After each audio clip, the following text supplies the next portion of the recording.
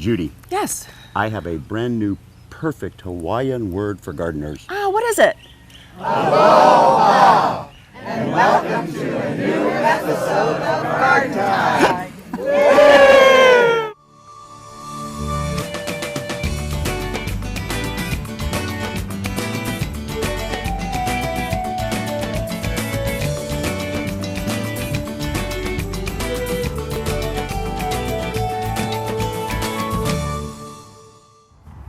Welcome to a special edition of Garden Time. Today we are going to take you on a wonderful trip to the Hawaiian Islands. That wonderful group you just saw joined us in February for a great cruise through the islands, checking out all of the tropical foliage and the beautiful flowers. We were able to cruise 4 islands, cruising on the Pride of America, a ship with the Norwegian Cruise Lines. Today we will try to share some of the beauty with you in the next half hour, with some other interesting locations thrown in, like a stop at a vodka maker on Maui to see how they make vodka out of sugarcane. We also talked to an internationally known grower of orchids on the Big Island of Hawaii. And we finish up with a tour of the Allerton and McBride Gardens on the island of Kauai. But first, we start our trip in the beautiful Waimea Valley on the island of Oahu.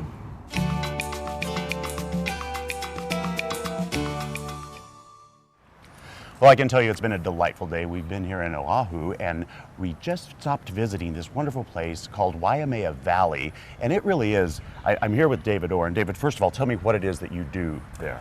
I'm sort of the plant guy at this botanical garden. I've been there for 28 years, and I know where everything's planted. I make all the labels. And it was amazing. So what I did notice was there's a lot. I was going to say, well, give me a favorite plant you like. That's so stupid of me, because you have areas, though, in this garden that were really intelligently designed and so much information. Was there an area, at least, that you thought, I'm special about this? Yeah, it's the Heliconia ginger collection, which we really couldn't appreciate today because most of them will bloom a little bit later in the year.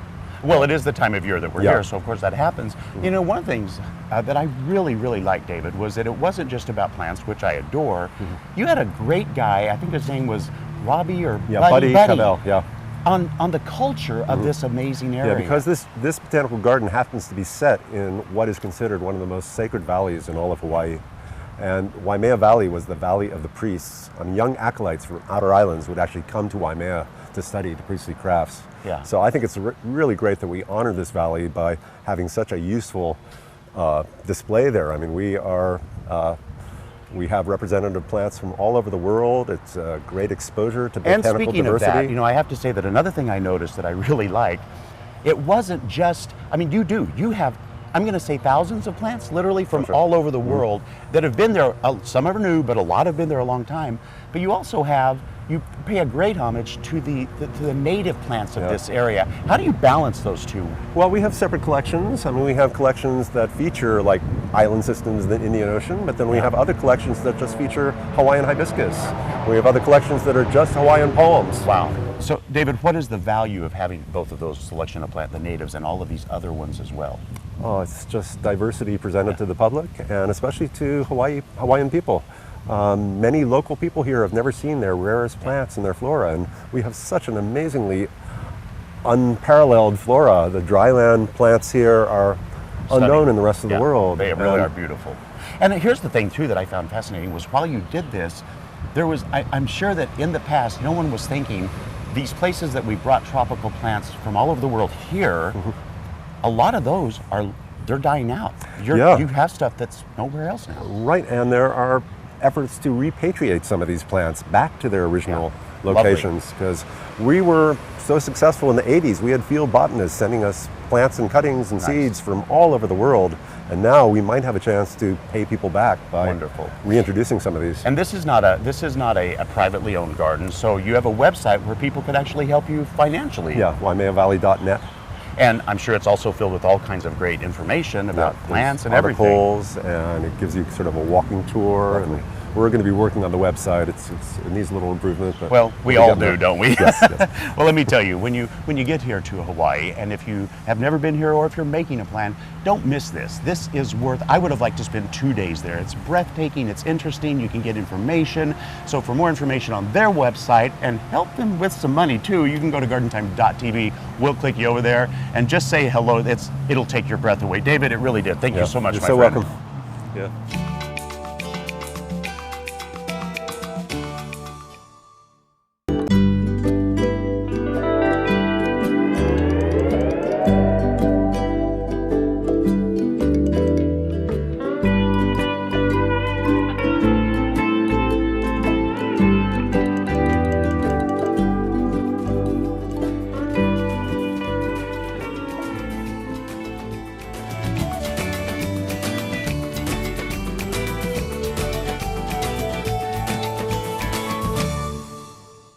Garden Time is brought to you by Capital Subaru, your way on the Parkway.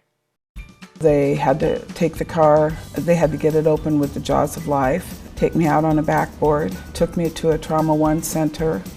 I absolutely feel like the Subaru saved my life. Well, we trust Capital. We trust our salesperson here, Jackie. Jackie's great. I believe that she really cares about us. She teaches me about the Subaru. Our way on the Parkway. In the summer months, water use can double or triple due to outdoor watering. Here are 3 simple tips to help save water and money this summer. Set your sprinklers so that they're watering your lawn and plants and not the pavement. Water early in the morning or later in the evening when temperatures are cooler. Group plants with similar water, shade, and sun needs together. For more water conservation information and tips, check out the Regional Water Providers Consortium at www.conserveh2o.org. Over the 30 years that our family has been in the nursery industry, we've learned that anyone can supply a customer with plants and garden supplies. But it's supplying those plants and supplies backed by a knowledgeable staff that can transform a garden and take it from ordinary to extraordinary. That's what we do at Sagawa Nursery. Why be ordinary when you can be extraordinary? Sagawa Nursery, growing beyond the ordinary.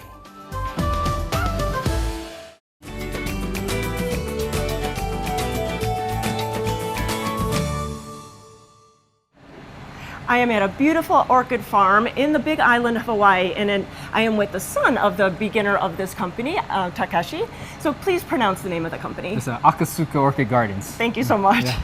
And so this is just such a wonderful place, and really you are second generation here in this business. Yes, I am second generation. It was founded by my parents who both moved from Japan. The family background was in orchids and a lot of houseplants, but they loved Hawaii so much that because of the climate and temperature, they decided to move down here and make it their full-time home. And you know, I think as a gardener, I have orchids in my house, but I think some people are so nervous about them. So how can you help us to grow them so beautiful? It all depends on the orchid type, because with the different orchid types are different. They adjust to different types of care with it. So that's key. That's first step. So once you know what orchid type you have, and then you can actually do the care for it and have much higher success. Okay, yeah. So let's talk about a couple of them that maybe the folks at home can maybe have more success with. Right. So what is this beautiful one behind us? This is a Phalaenopsis orchid, commonly known as the moth orchid. You can kind of see how it has multiple flowers out of this. Definitely a great orchid to start off with if you haven't grown orchids before. They can do well in low light, and also like with moisture, they actually can handle a little bit more moisture.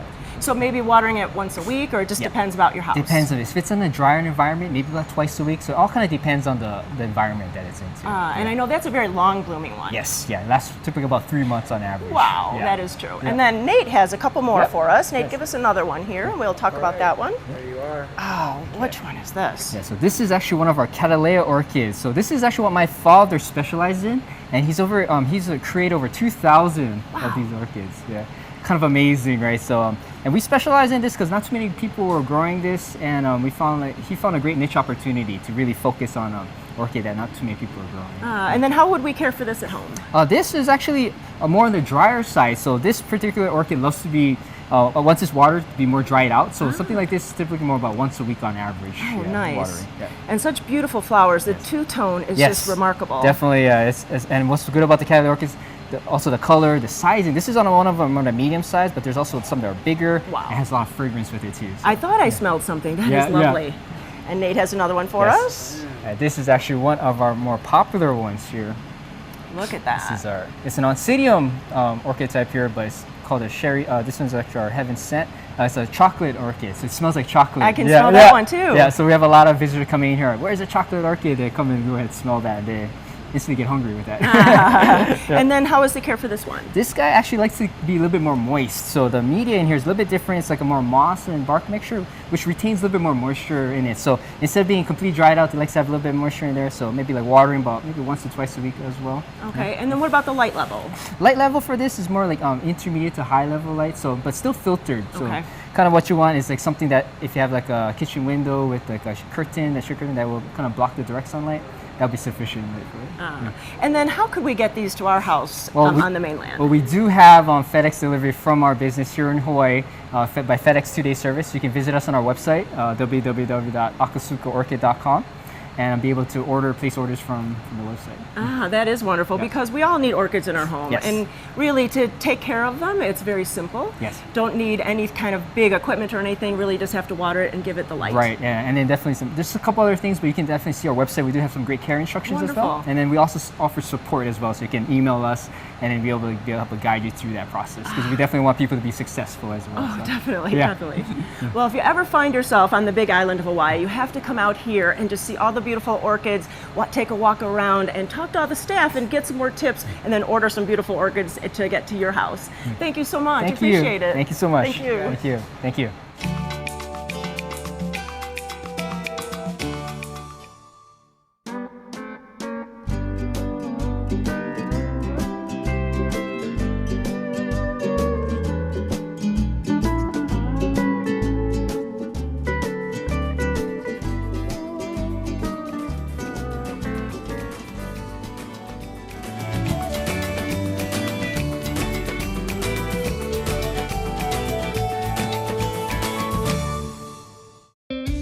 When you plant your flower baskets and containers this year, consider Black Gold All-Purpose Potting Mix for the best results. This worm castings-enriched, well-drained potting soil has a controlled release fertilizer to feed your plants up to 6 months.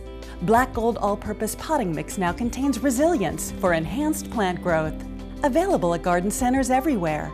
For more information, visit blackgold.bz. All the riches of the earth. The Standard TV and Appliance Independence Day store-wide sale going on now. Huge price cuts on top brand appliances, mattresses, and 4K ultra high def TVs. Save big on an Electrolux front load washer, only $624. Or get a Samsung black stainless steel French door refrigerator for just $9.99. Or a stainless steel Maytag dishwasher, now only $449. Plus get a Simmons Queen mattress for just $199. Hurry, the store-wide sale ends Tuesday. Standard TV and Appliance.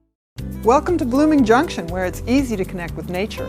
At Blooming Junction, you'll find beautiful, healthy plants, good, fresh food, and a place to regain peace and calm in your life. We have an unsurpassed collection of unique and distinctive plants and the expertise to help any gardener be successful. And we feature Blooming Advantage plants. Come check out Blooming Junction for an inspiring experience in the garden or in the kitchen. Blooming Junction, offering quality plants for beautiful gardens.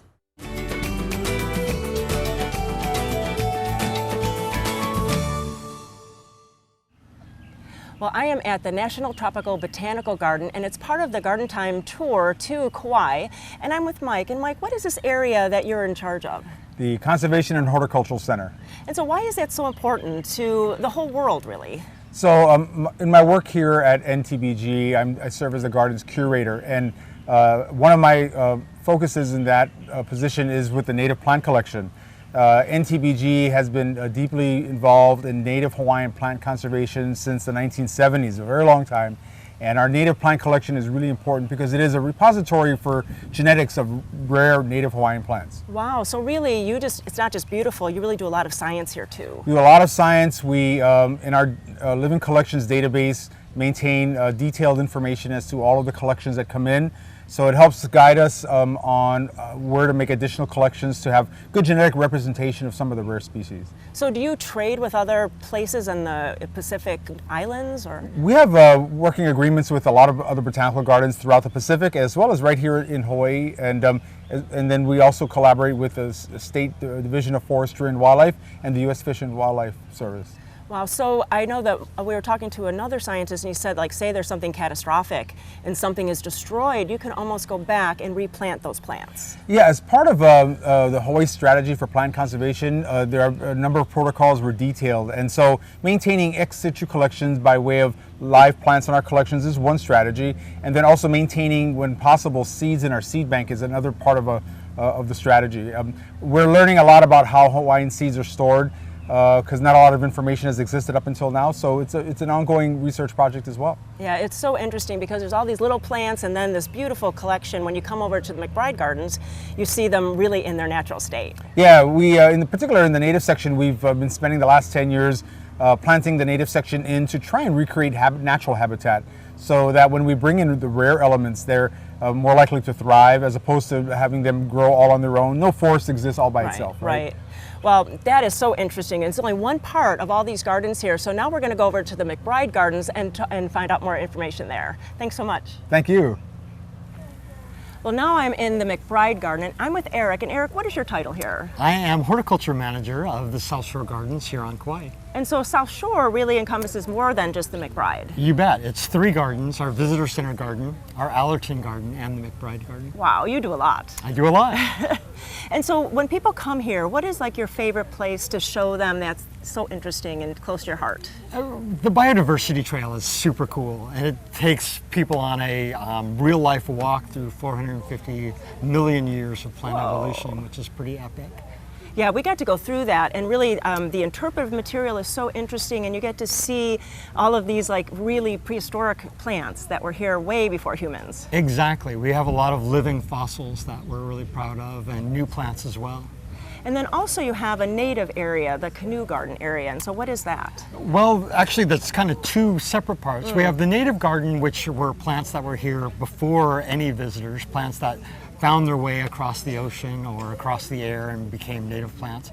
And then canoe garden plants are 27 specific plants that the Polynesians brought with them. Ah, and so what were some of those? Sweet potatoes, kava, breadfruit, taro. Really, something to sustain them because they were coming to a place they didn't know. Exactly, so they had to pack their supplies and had the foresight to see what they would need for future generations. And I know you were saying that this is kind of a research place, but you're kind of melding it into more information than just research. McBride started specifically as a research garden, plants that botanists and taxonomists would look at, and like a living collection.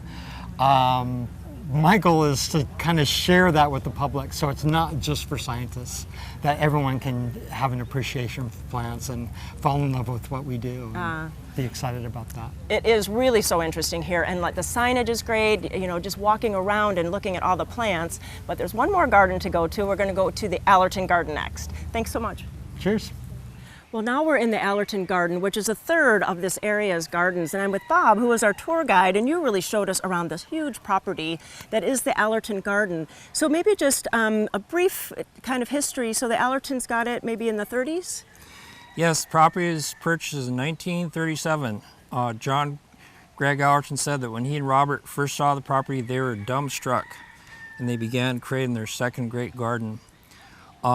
This Allerton Garden is held in trust in perpetuity by Chase Bank. It's got an endowment that keeps 6 full-time gardeners. Wow. And this garden is known as a beautiful landscape garden. So that's what you really want to take away, because there's all these different rooms with different plants. So really around every corner there's different plants. I noticed that there's tall palms, and what are some other beautiful plants that we saw today? Well, one of the most beautiful plants we saw today was a plant called Freycinedia multiflora from the Philippines. It flowers briefly in the springtime. Beautiful triangular flowers that are kind of salmon colored. And why is it so special, this garden here? It's famous for hidden garden rooms. You go around a corner and you're surprised with another garden room. And Robert and John love the sound of water trickling, So they design it so nearly wherever you are find yourself in the garden, you hear the pleasant sound of trickling. That is nice. And you know, it was a really sunny, warm day, but there were so many shady areas, so you really didn't feel the heat at all. I think that's what's so nice when you're coming to visit this too. Yeah, people generally don't need any sunscreen here. There's a lot of, this is a very mature garden with tall canopy trees and usually cool, pleasant place to visit. It is. So if you want more information about the Allerton Garden, the McBride Garden, or the research area, please go to gardentime.tv. We'll click you right over to that website. We also have it up on the screen. It's just a beautiful place to visit when you're here in Kauai.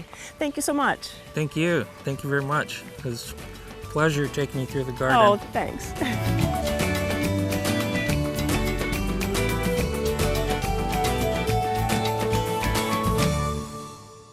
Garden Time is brought to you by Portland Nursery, a passion for plants, a nursery for plant people. Hi, I'm Sarah with Portland Nursery, and I'd like to invite you to check out our website where you'll find valuable gardening information that you know is local to our area. Check out our gardening solutions page where you'll find over 100 helpful brochures, or sign up for our email newsletter to receive timely gardening advice, inventory updates, and upcoming classes and events. Portland Nursery, a passion for plants, a nursery for plant people, on 50th and Stark, 90th and Division. 2 stages, 25 shows, one sweet weekend. It's the 25th anniversary of the Oregon Jamboree, presented by Boulder Falls Inn, starring Jason Aldean, Little Big Town, Chris Jansen, Lauren Elena, Chase Rice, and on his farewell tour, Kenny Rogers. The Oregon Jamboree happening August 4th through the 6th. Tickets and camping on sale now at OregonJamboree.com. Get this thing started, it's my kind of party. A destination farm and garden market featuring the very best each season has to offer. Smith Berry Barn offers seasonal farm fresh fruits and vegetables and specialty herbs and perennials. Visit the historic barn for distinctive gifts, gourmet foods, and homemade milkshakes. Join us for our annual Berry Festival with fresh berries, live music, and lots of family-friendly fun. Centrally located off of Shoals Ferry Road between Sherwood and Hillsboro. Smith Berry Barn, growing good taste from the ground up. Since 1982, the Wall has been making local gardens beautiful, naturally. Whether you need a new wall, concrete patio, fire pit, or driveway, the Wall's expert craftsmen can build it. We back up our work with a 5-year warranty, so you'll know it'll last. We use the highest quality materials, including stamped colored concrete, natural stone, and we're the leader in using recycled concrete. Create an outdoor environment you'll enjoy for years, with the help of your friends at The Wall.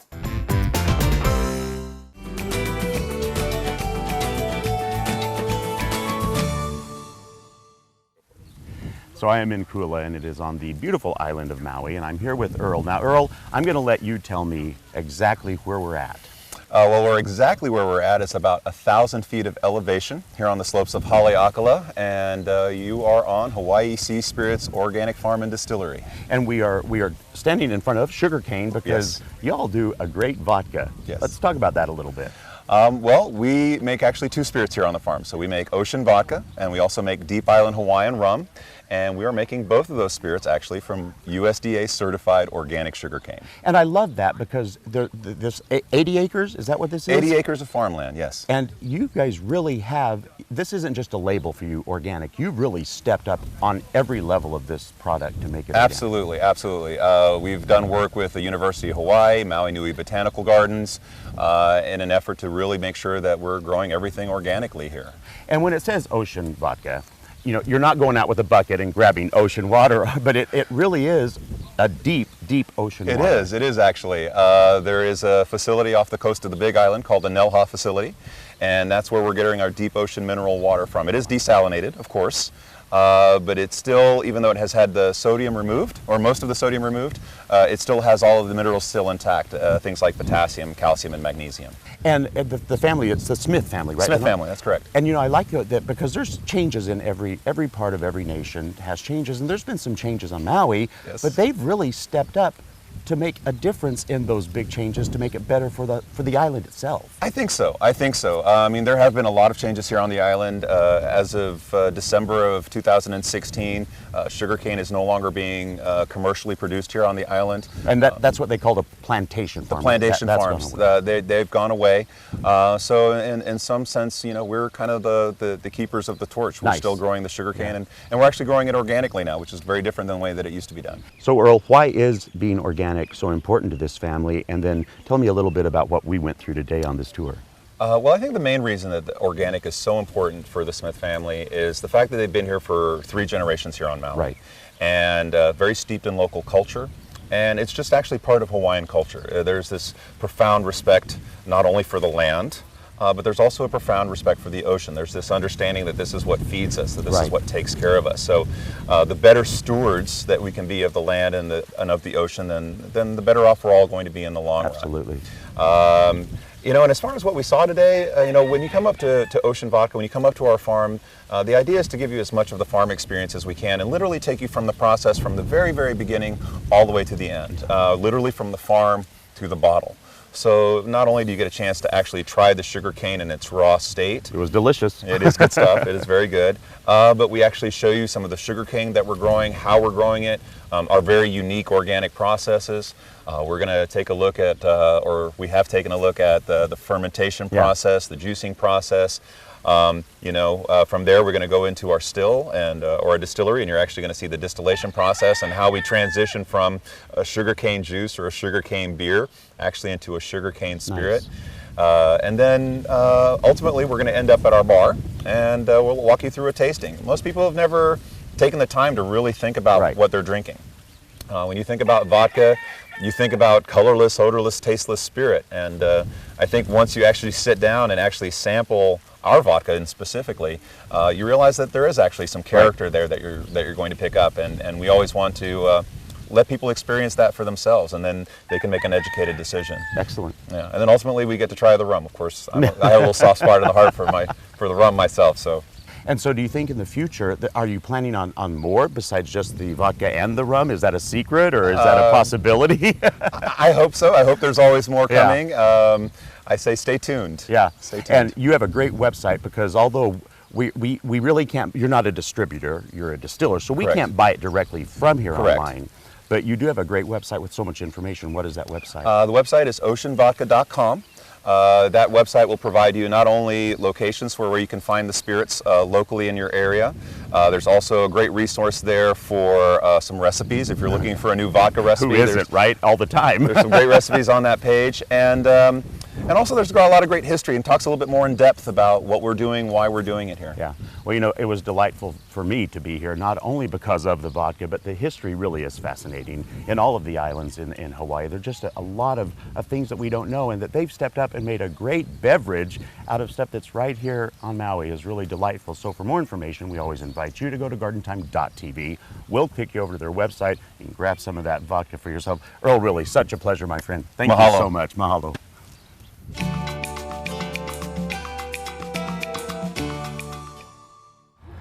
Oh, Judy, I feel like the ocean is calling me. William, it's the ocean vodka calling you. Like I said, the ocean is calling me. If you think you would love to go on a tour with us, we are going to Europe in August of 2018, so please go to gardentime.tv for more information. We also wanted to give a big thank you to Al's out here in Wilsonville for setting up this beautiful tropical surrounding. So for more information on anything that's happening on the show today or some past episodes, you can always go to gardentime.tv. William and I thank you for watching, and we'll see you next week here on Garden Time.